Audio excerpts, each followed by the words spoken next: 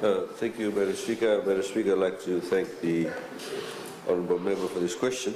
Madam Speaker, before I speak specifically on the South Savo Bay Development Project, let me preface my comment by saying before any major development gets final approval, they are required under Section 27 of the Environment Management Act 2005, Regulation 3 of the Environment Management EIA Process Regulation 2007, to go through an Environmental Impact Assessment, or EIA process.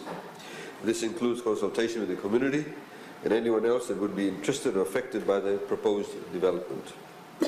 In respect of the EIA report for the land-based development for South Savo Bay Development, it was approved, Madam Speaker, in the year 2007 for Navi Island Limited, who is the developer. The Civil Works Construction Environment Management Plan, or CEMP, was also approved in 2007. When the scope of the development extended into the foreshore, another EIA was carried out by the developer and approved with conditions in 2016. Madam Speaker, during both the EIA processes, several public meetings were held and concerns were raised by the public. Most of these concerns were regarding the noise during construction, traffic and navigation channels.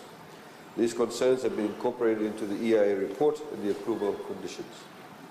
Madam Speaker, having said that, the Ministry of Environment takes note of the concerns that are currently being raised by the citizenry of South Savo and is reassessing the approval conditions in the 2016 EIA approval. One of the conditions, Madam Speaker, that the Ministry is considering, indeed has varied, is for the developer to plant at least 6 hectares of mangrove for every hectare removed. And this is done under Regulation 35 of the Environment Management Process Regulations 2007, which allows, Madam Speaker, for the Ministry of Environment to actually carry out variations even after the approval has been given. Indeed, those regulations give the authority to the regulator to even cancel the approvals should they find there be any fundamental breaches that has taken place after the approval has been given. Madam Speaker, the Ministry has also reassessed the environmental bond. Now, what is the environmental bond?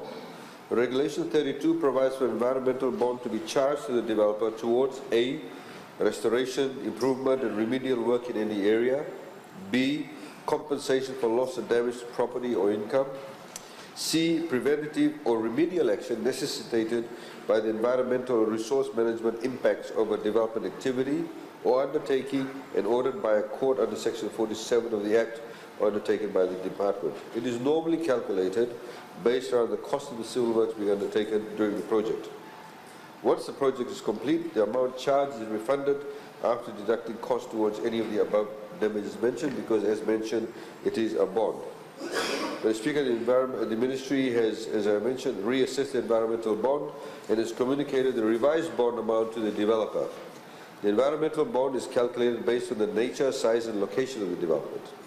An environmental committee, which includes the Ministry of Environment, has been set up to monitor and ensure that all approval conditions are complied with by the developer. In any case, as stated earlier, Madam Speaker, if the Ministry discovers that the developer has breached any of the EIA approval conditions, the Ministry will take the necessary action, which could include issuing a prohibition notice to stop operations.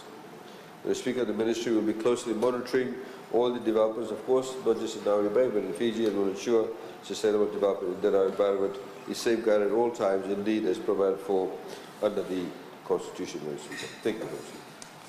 Thank you.